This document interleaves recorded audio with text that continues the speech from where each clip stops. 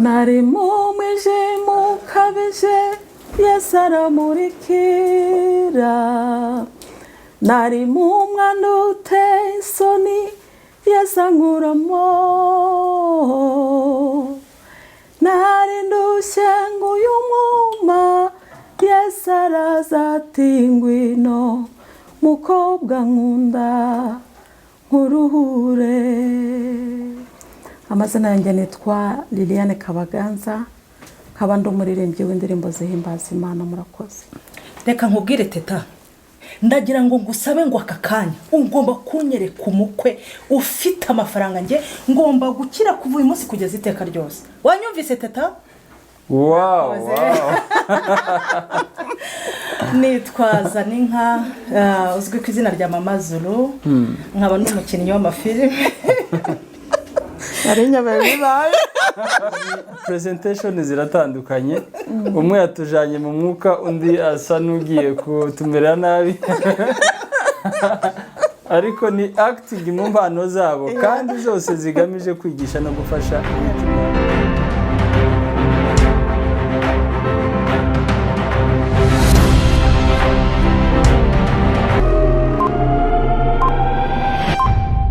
Shati bakunze mukurikirana ibiganiro bya radio na televiziyo BMC murahatandukanye, abumva ururimi mwese muri ku migabane y'isi itandukanye, Afrika, Uburayi, Aziya, Australia ndetse na Amerika.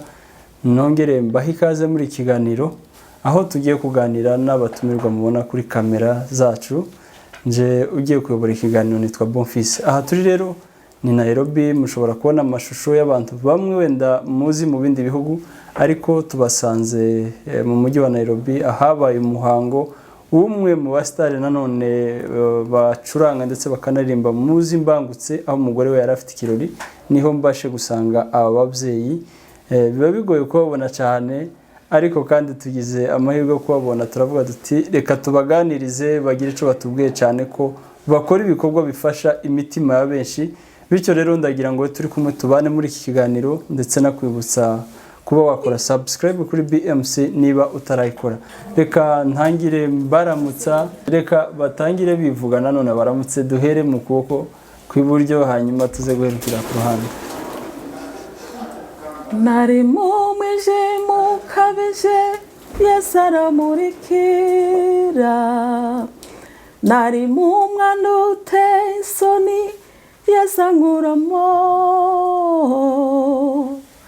nari ndushye nguyu mwuma Yesu araza ati ngwino mukobwa nkunda nkuruhure. Amazina yanjye nitwa Liliane Kabaganza, nkaba ndi umuririmbyi w'indirimbo zihimbaza Imana. Murakoze. Amen. Amen. Mugenzi wawe? Reka nkubwire teta, ndagira ngo ngusabe ngo aka kanya ugomba kunyereka umukwe ufite amafaranga, nge ngomba gukira kuva uyu munsi kugeza iteka ryose. Wanyumvise teta? Wow. Nitwaza n'inka uzwi ku izina rya Mama Zulu, nkaba n'umukinnyi w'amafilime. Ari nyabaye bibaye. Nkaba ndi umukinnyi w'amafilime. Iyo ni filime mperutse gukinamo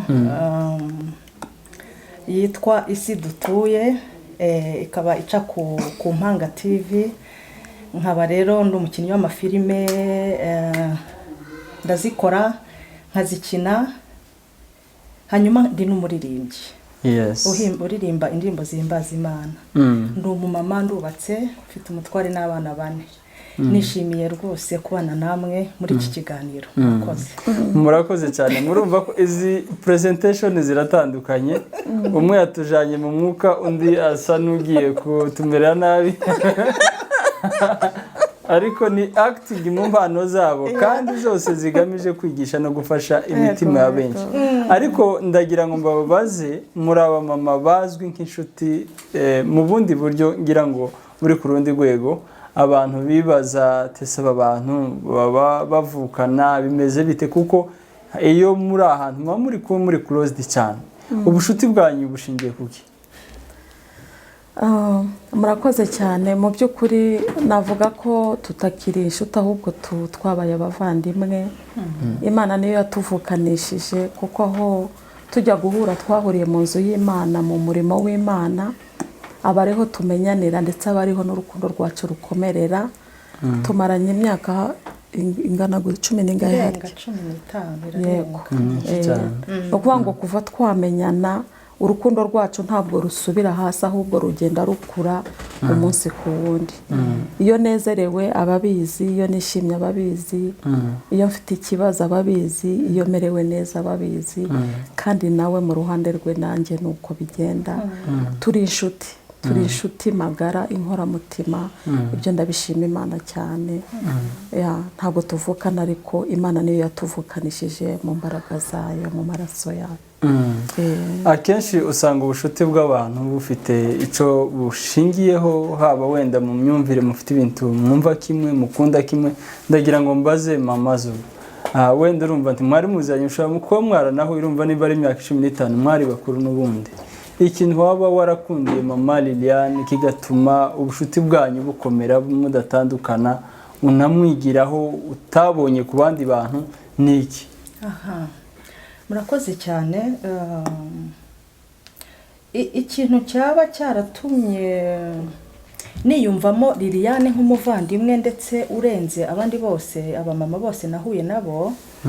Liliane namukundiye yuko ari umumama utuje. Icyo ni icya mbere. Icya kabiri, mukundira ko ari umumama w'umukozi w'Imana, uvuga ijambo ry'Imana mu ndirimbo.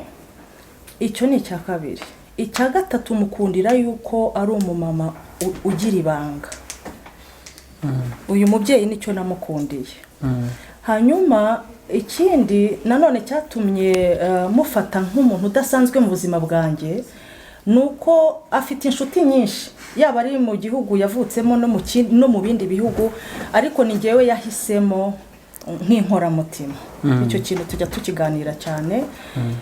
Nibaza ko mu bamama bose batuye muri iyi si, ndabivuga ntashidikanya kuko mbizi, nawe abizi, tubitsana amabanga menshi, kubera yuko yambonyemo umwizerwa, nanjye mubonamo umwizerwa. Ibyo bituma duhuza, tubumwe. Ni ukuvuga ngo kereka hatagerwa niho simbizi, wenda nko mu ijuru ahari naho, ariko tuzajyana, wenda ashobora kuntanga cyangwa nkamutanga, naho twizera ko tuzabanayo. Ni ukuvuga ngo nta sinzima yabamo cyangwa nabamo atageramo. Nuko rero ni ukuvuga ngo ni icyo ngicyo. Mama Liliane, wewe ikintu kimwe gusa wigira kuri Mama Zulu umukundira kurusha ibindi ni iki? Urakoze cyane. Mama Zulu kuva namumenya nasanze ari umubyeyi ufite umutima w'umwihariko. Ni umuntu utagira utuntu twinshi. Iyo ababaye cyangwa iyo umubabaje ntabwo abika ku mutima, arabikubwira. Hari ijambo ajya akoresha ngo umuntu utagira imbereka, kuko yabivuze nta mbereka agira. Hari umuntu mubana ariko ukabona mubanye mu buryarya, ukabona akuryarya, ukabona n'indyarya, ariko nasanze ari umubyeyi w'inyangamugayo. Icyo ni icya mbere. Ikindi cya kabiri, nasanze ari umumama uvuga ikintu kiri ku munwa ari nacyo kiri ku mutima wiwe. Icyo kintu rero nacyo narakimukundiye. Noneho by'umwihariko aricyo navuga ko ari ikintu cya mbere namukundiye cyane, nuko ari umubyeyi ukunda Imana. Iyo aza kuba ari uwo mu kabare ntaho twari kuba twarahuriye, ariko kuba twaramenyaniye mu nzu y'Imana, kuba ndi umuririmbyi uhimbaza Imana, nawe akaba ari umukristo. Icyo ni ikintu gikomeye cyabaye ipfundo cyangwa se fondasiyo y'urukundo rwacu. Ni byiza, ndatekereza ko abenshi babigiraho. Imyaka 15 ni myinshi, urumva ko ubushuti bwanyu ari ubushuti bw'ukuri. Uyu munsi rero aha mwari mu muhango w'ibirori by'umudamu wambangutse abantu bazi nk'umucuranzi, n'ubundi akaba producer. Ndagira ngo mbabaze ikibazo kimwe ku bintu bijanye n'umuhango nk'uyu. Wari umunsi w'isabukuru y'amavuka y'umugore we, anniversaire rero cyangwa ibindi birori bitandukanye nk'ibyo. Hari ababifata nk'aho ababikora ari ukubura icyo bakora, ari ukwica amafaranga nabi, ari ugutakaza igihe. Rero muri abamama bakuru kandi bakijijwe twubaha, kuba mwitabira ino muhango nuko hari impamvu. Iki kintu cya anniversaire abantu bakora bizihiza guhera ku babyaye, ku bakoze, abagiye gukora amakwe, mbese ibirori bigiye bitandukana mu buzima by'umwihariko, iki ngiki mubona ari iki gifasha mu buzima cyangwa ku bakundanye mu gihe bagikoze nk'iki? Hari icyo gishobora guhindura wenda mu mibanire y'ababana kugira ngo wenda n'abandi batazabikora bagira icyo cyifuzo? Reka wenda ntangire mvuge kuri icyo kintu. Ibi bintu uyu mutware yakoze wa Ivona ni ikintu cyiza. Ni ukuvuga ngo nabigereranya n'ururabo utera warangiza nturuvomerere.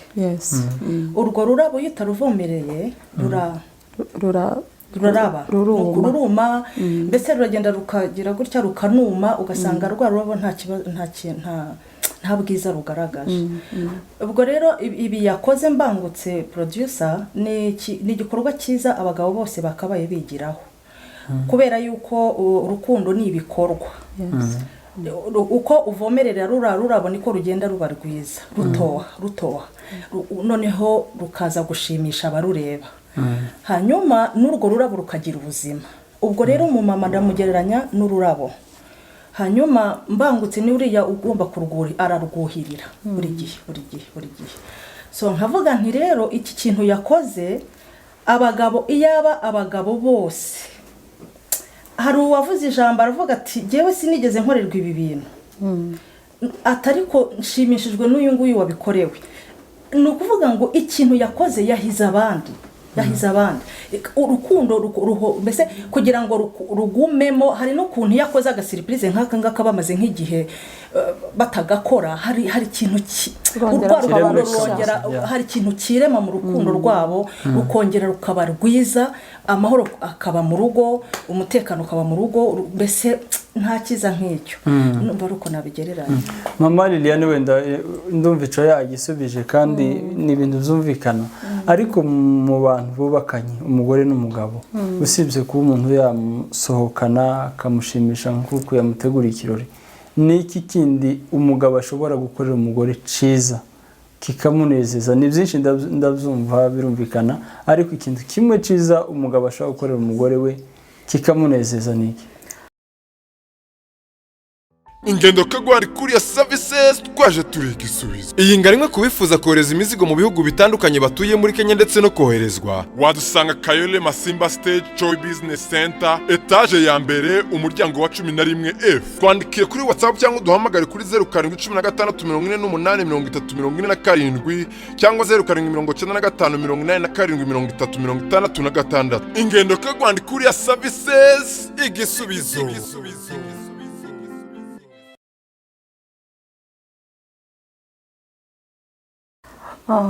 Urakoze cyane. Burya iyo abantu babanye hejuru y'umwaka umwe cyangwa se imyaka ibiri, muba muziranye cyane kandi buri umwe abazi ibyo mugenzi we yanga n'ibyo akunda. Nta kintu rero cyaba cyiza nko kurinda uwo ukunda icyamubabaza, ukamwitwararika, ukirinda kumubabaza cyangwa kumubangamira muri urwa rugendo rw'urukundo rwanyu. Yego. Mu busanzwe abagore bakunda care n'abagabo barayikunda, ariko akenshi usanga abagore aribo bategaho abagabo ko aribo babafata neza, babagurira utuntu, mbese babafata nk'abana. Umugore we ico yakora umugabo we kikamunezeza ni nk'iki? Numva ngewe urukundo burya ni magirirane, nicyo kinyarwanda. Nukuvuga ngo ni reciproque mu rundi rurimi rw'igifaransa, ni flèche ebyiri zimeze gutya. Iyo ibaye flèche imwe igenda gutya ariko itagaruka, kiba ari ikibazo. Rero buri umwe agomba kuzirikana mugenzi we, uyu nguyu akazirikana uriya, noneho bino byiza yakoreye uruyu nawe bikagera gute bikamugarukira. Rero urukundo rugomba kuba rungana ku mpande zombi, ntihagire wenda habamo esheke. Ukereka mugenzi wawe urukundo mu bikorwa bitari amagambo, ukamurinda ikimubabaza ndetse ukamwereka kuko umuzirikanye kandi umugendana ahantu hose uburi, ukabyereka mu bikorwa. Urakoze cyane. Sinasoza ikiganiro wenda tutavuze ku bikorwa byabaranze mu buzima bwanyu abantu babaziho kandi babakundira. Reka mbere kuri Mama Zulu, abantu benshi bazi nk'umuhanzi umaze kugira bande ziri hanze, abantu bakurikira, watumiwe mu biterane bikomeye, ariko nanone kandi akamenyekana nk'umukinnyi wa filime. Mwabonye aje gutangira ko yakitinze, ari igitaramo twahuriyemo nanje nari nkirimo, numva avuze ijambo ngo araririmba kandi akina filime, ariko cyane akunda filime kurusha kuririmba, niyo passion ye. Mama Zulu, wewe ukora ico kintu kandi ukijijwe, nta mbogamizi ugenda uhura nazo? Hari abafata ko filime ari imikino y'abantu bisi badakijijwe, ari y'ibirara, wowe ukaba ubikora kandi unakora umurimo w'Imana. Ibyo bintu kubihuza no kubimanaginga, nta mbogamizi ugenda uhura nazo? Ndasaba abantu bandeba bakurikiye iki kiganiro mbabwire ngo gukina filime nta burara burimo. Ikindi cya kabiri, biriya dukina ni message twinyuzamo. Nge nkavamo uwondi we, noneho nkakina uwundi muntu kugira ngo mbashe gutanga message. Ni muri ubwo buryo uzasanga nasinze kandi ntanywa inzoga. Ni muri ubwo buryo uzasanga nakinnye ndi umusazi kandi ndi muzima. Reba amahane nagize, natinga nanjye ni presenta, nshobora kugukanurira ngahekenya amenyo kuvuga se ni Mama Zulu. Nubundi Mama Liliane yagize ubwo yaragiye kwiruka. No kuvuga ngo iriya ni impano, ni impano twahawe n'Imana. Kandi ikindi kintu nakundiye filime, message irihuta. Abantu bakunda kureba filime, bigatuma wihutisha impano yawe, bigatuma bigatuma message yawe yihuta kandi igera kure, kubera ko abantu bakunda amafilime. Nkavuga nti rero gukina filime turaba abakozi b'Imana, turaba abahanzi bahanga indirimbo z'Imana, ndetse tunavuga n'ijambo ry'Imana rimwe na rimwe iyo byakunze. Ariko nagira ngo mbwire umuntu wese mukuremo ko kiriya kintu nta ngaruka nge nabibonyemo, kuko mbikora mbikunda, mbikora numva ari impano yanjye Imana yampaye. Noneho naje gusanga burya hari igihe twese tuba dufite ibintu dukunda ariko atari impano yacu. Niyo mpamvu nakubwiye ngo niyo mpamvu uvuze uti, waravuze ngo gukina filime ubikunda kuruta kuririmba. Nibyo niko bimeze, kuko iyo navuye muri Mama Zulu nkajya mu wundi muntu w'umunyamahane cyangwa se w'umusinzi cyangwa iki, ndabiviva, mbese ndabikina n'urugingo rwanjye rugakina, n'umunwa n'umutima n'ibiki bigakina, nkumva ninjiyemo neza cyane. Mu gihe gukora indirimbo, ndi umuririmbyi nkora indirimbo, ariko urebye igihe naririmbiye album nakoze ni nkeya, nakabaye mfite nyinshi cyane. Mbikora kuko mbikunda, ariko mu by'ukuri tuvugishije ukuri n'imbere y'Imana, ibintu nisangamo cyane no gukina. Kuri none project zawe ufite nizo uteganya mu bikorwa byawe, haba mu ndirimbo no muri filime, ni bihe ababyifuza kubibona babibonera?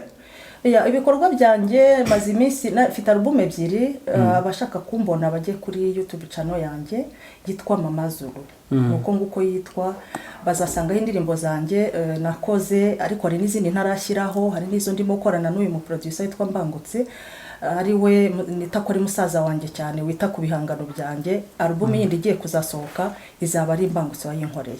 Ubwo rero bategereze cyane, hagiye gusohoka audio ndetse n'amashusho.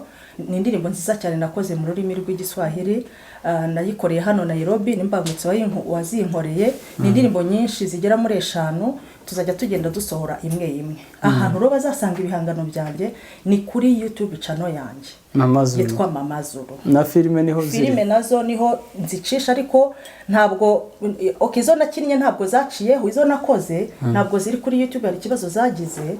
Ariko hariho imwe gusa, hariho short movie y'iminota igera muri 6, bajyeho bayirebe, irahari, iriho. Nayisohoye rumva hashize ngira ngo hari nk'umwaka nyisohoye. Izindi project mfite ndacyazitegura, umunsi zizasohoka nazo niho nzajya nzicisha. Ariko hagati aho mu gihe ntarimo gukora izanjye, ndimo gukina mu z'abandi, kuko ndi umwactrice, ntabwo nta mupaka mfite. Unshaka wese arampamagara nkamukinira muri roli zose ashaka kunkinishamo. Ndahari, ndaboneka. Niyo mpamvu ntabwo henda cyane, ntabwo mpenda, ndumvikana nta kibazo. Ariko kandi sinkinira ubuntu, kuko ndi umubyeyi, nabigize umwuga, bigomba kunyinjiriza. Unshaka wese aho yaba ari hose yampamagara, nkamukinira akampemba nkabaho nta bindi. Murakoze abantu basure channel ya Mama Zulu bakore subscribe, urumva ko arimo ategura projet nyinshi zizabafasha. Hanyuma ati mbangutse n'ubundi niwe urimo nkorera izo ndirimbo. Mbangutse ni umuproducer navuga ngo tudashizemo gukabya w'umuhanga kandi ubikora neza kuva mu Rwanda. Abantu benshi yabagize abastare guhera kuri babigize abantu babazi ministeri yayuze ya hano ni benshi cyane akorera niko kazi ka misi yose bafite studio ye. Abifuza kumubona nabo batuvugisha twebwe tuza tubonana n'abantu benshi akabatumikira nawe ntazagorana mu biciro ariko takorera ubuntu. Reka tuje kuri Mama Liliane dusoza nawe.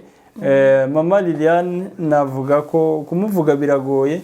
Abantu benshi twagiye kuva mu bwana bwacu tumwumva kugeza kuri none n'umuntu ugira amavuta atazakama.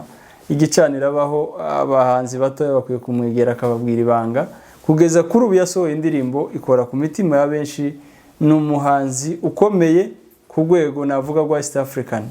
Reka nawe atubwire wenda project afite kuri none niza ateganya kugira ngo abamukunda nabo babe reba ibyo arimo gukora ndetse anatanga adresse yaho babibonera.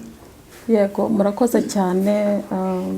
Ndasaba abantu badukurikiye kuba basura YouTube channel yanjye yitwa Liliane Kabaganza Official.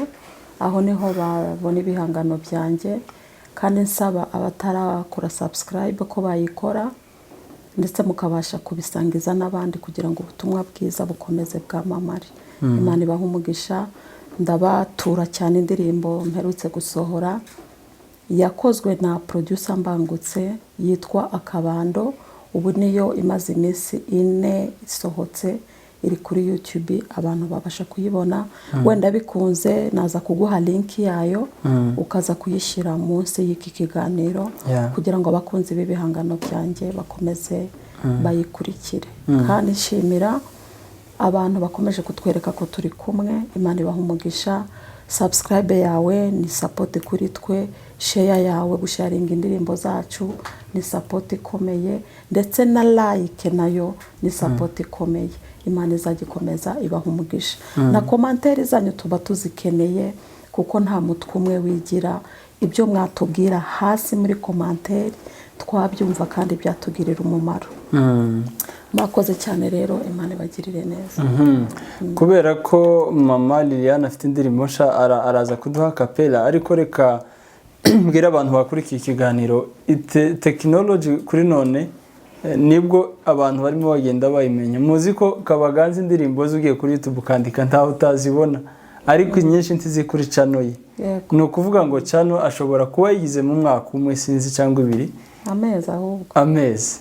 Urumva kandi si we wenyine n'abandi bahanzi b'ibyamamare muzi bamenye ibi bintu bya YouTube vuba ariko kandi babandi bakurikirana izo ndirimbo n'ubundi mumwereke urukundo mukore subscribe mwese kugira ngo izina afite ringane na subscribers zaba ari byiza cyane. Na Mama Zulu nuko urumva ko nawe afite ibikorwa bye ariko birahandi ariko mama by'ukuri umuntu wese ubakunda ukurikira ikiganiro ubereka umutima w'urukundo ukore subscribe. Dusoza iyo ndirimbo nsha ndagira ngo uyiturimbira akantu gato cyangwa niba hari indi muzi kuko nzi ko muririmbana muhuriyeho muduririmbira akantu mu munota umwe byibuza dusoza ikiganiro.